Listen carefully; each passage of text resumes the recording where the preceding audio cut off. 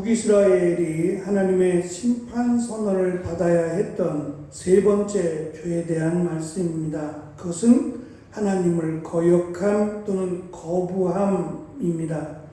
이스라엘의 모든 죄악이 궁극적으로는 하나님의 말씀을 거역하고 거부하는 행위에서 비롯되었다라고 하나님은 말씀합니다.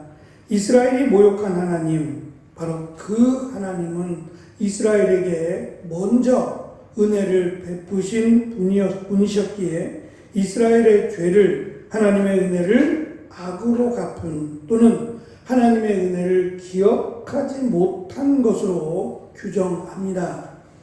만약 이스라엘이 하나님의 은혜를 조금이라도 기억했다면 지금처럼 죄악된 길을, 죄악된 삶을 살지 않았을 것이다 라고 지적을 합니다. 9절은 쉬운 성경에 이 부분이 드러나 있지 않은데 히브리어 성경에는 9절의 시작을 그러나 나는 이라고 말씀합니다. 8절에서 우리가 앞에서 그들이 연약한 자들을 짓밟고 또 연약한 자들의 길을 굽게 하고 아버지와 아들이 한 여자와 잠자리를 같이 하며 그들의 신전에서 예배할 때 가난한 사람들의 빼앗은 옷 위에 앉아서 술을 마시는 이런 정말 하나님의 심판을 받을 만함에도 불구하고 그러나 나는 이라고 이 대조해서 심판을 해도 마땅한데 그들에게 은혜를 주었던 그런 하나님이심을 지금 강조함으로 하나님께서 이스라엘 백성들에게 베푸신 은혜에 대해서 기억하라 라고 하는 의미를 가지고 말씀합니다. 그래서 우리가 이 말씀 안에는 세 가지, 특별히 이스라엘의 역사 가운데 하나님이 베푸셨던 은혜를 기억하라고, 이 놀라운 은혜를 잊지 말라고 지금 강조하는 말씀입니다.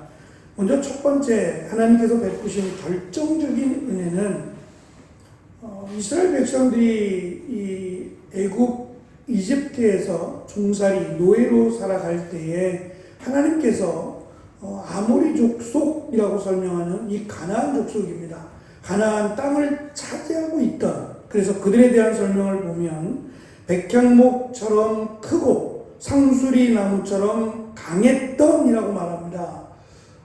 강하니까 그들이 주인이 될 수 있었죠. 주변에 블레셋, 모압, 암몬 이런 기라성 같은 나라가 있음에도 불구하고 이 적과 꿀이 흐르는 땅을 주인 삼아 살고 있었던 사람들, 바로 이 아모리 족속, 거인족이라고 불려지는 그들을 하나님이 내쫓았다고 말씀합니다. 그들의 땅을 빼앗고 그들을 쫓아내신 것은 이스라엘이 아니라 하나님이시다는 거죠. 물론 성경은 그들이 어떻게 구체적으로 하나님으로부터 심판을 받고 쫓겨났는지를 설명하지 않아요. 하지만 분명한 것은 이스라엘이 한 게 아닙니다. 분명히 하나님께서는 그 땅이 비어있지 않음에도 불구하고 그 땅을 주시겠다고 말씀을 하셨고, 특별히 이스라엘 백성들은 하나님의 말씀 또 하나님께서 허락하신 은혜들을 잊고 살았어요. 오랜 시간 동안 약 400년 가까이를 하나님과 무관하게 살아왔습니다. 그러니까 하나님의 말씀 안에 거하고 있지 않았음에도 하나님이 그들을 찾아오셨고 그들에게 이 약속을 주셨다는 데 큰 은혜가 있다는 겁니다. 두 번째는 우리가 잘 아는 출애굽 사건입니다. 하나님께서 가장 강대국이었던 이 애굽, 이집트에서 하나님이 종살이하여 도저히 희망이 보이지 않죠. 자자손손 이미 노예화되어 있던 이스라엘을 출애굽시키셨어요. 이것은 하나님만이 하실 수 있는 하나님의 능력으로 말미암았음을 저들이 기억해야만 합니다. 10가지의 재앙이라고 하는 것은 하나님께서 힘이 없어서 10가지가 아니라 기억하기 좋게, 그래서 나에게 10계명을 주신 것도 그런 의미에서 10가지의 계명이 되는데, 이 10가지의 재앙이라고 하는 백기를 들 수밖에 없는 이 하나님의 놀라운 능력으로 말미암은 애굽에 내린 심판으로 말미암아 출애굽하게 되었고, 또 가나안 적과 꿀이 흐르는 땅을 가는 이 40년 기간 동안에도 하나님 불기둥과 구름기둥뿐만 아니라 만나와 메추라기로 먹이시고 입히시며 그들을 인도해 주셨다는 겁니다. 마지막 세 번째는 지금도 여전히 하나님이 함께 하심을 강조한 내용인데, 너희들 젊은이들 중에 나시린을 삼았다는 겁니다. 이 나시린을 통해 헌신적이고 희생적인 삶을 살아가는 이들에게 하나님이 어떻게 축복하시는지를 보여주셨고, 또한 선지자들을 보내셨다는 거예요. 끊임없이 선지자들을 보내서 하나님의 말씀대로 하나님께로 돌아오라고 계속해서 하나님이 선언하시고 말씀하신다라고 하는 이 은혜를 저버렸다는 겁니다. 그래서 마지막 12절은 나시린에게 술을 마시게 하고 또 선지자들에게는 예언하지 못하게 했다는 겁니다. 그냥 그러려니라고 방치하는 게 아니라 아예 막아섰다는 겁니다. 하나님의 은혜를 대적하고 하나님의 은혜를 막아섰으니 너희들은 하나님의 선택받을 자격도 없고 또 하나님의 자녀가 될 자격이 없다라고 지금 선언하십니다. 이스라엘은 자신들의 종교에서 가장 기본적인 요소가 되는 계시라고 설명할 수 있는 하나님의 말씀과 하나님과의 관계를 설명하는 예식을 모두 거부해버렸습니다.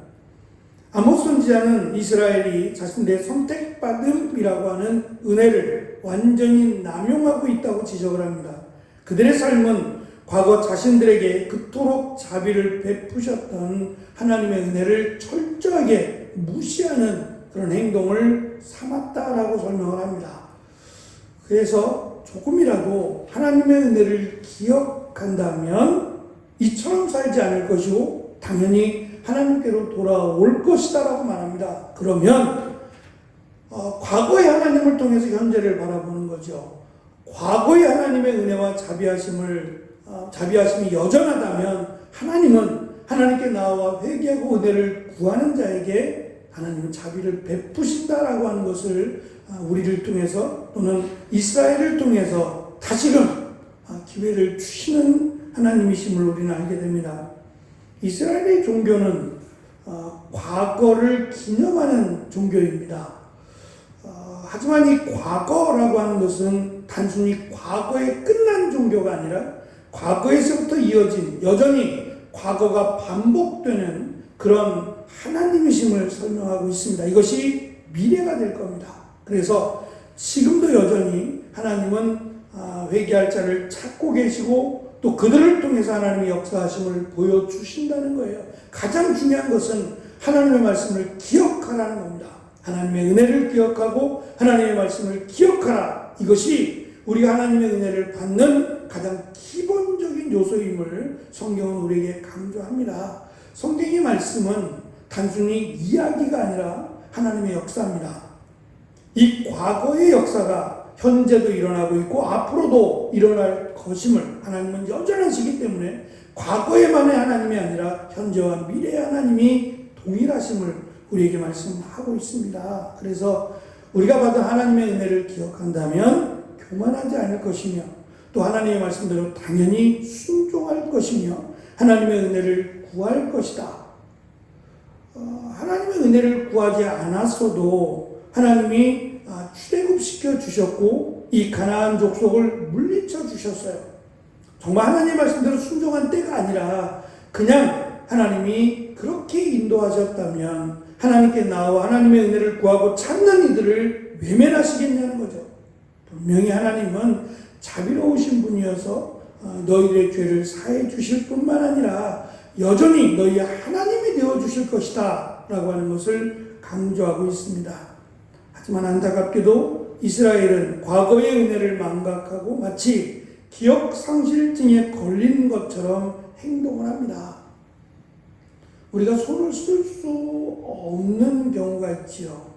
우리가 흔히 말하는 이 치매라고 하는 것, 사실 우리도 두려운 일입니다.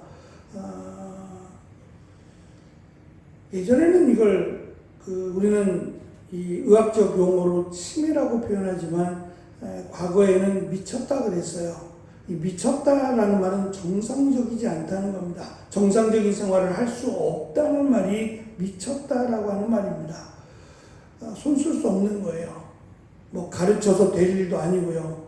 지금 이스라엘의 모습이 이렇다는 겁니다. 광적이에요. 미친 겁니다.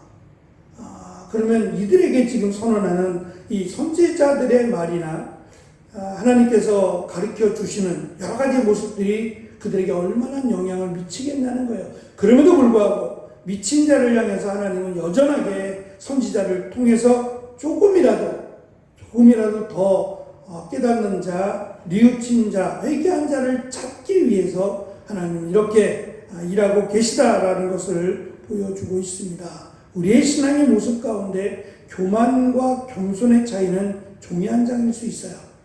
하나님의 은혜를 알면 겸손이고 하나님의 은혜를 깨닫지 못하면 교만입니다.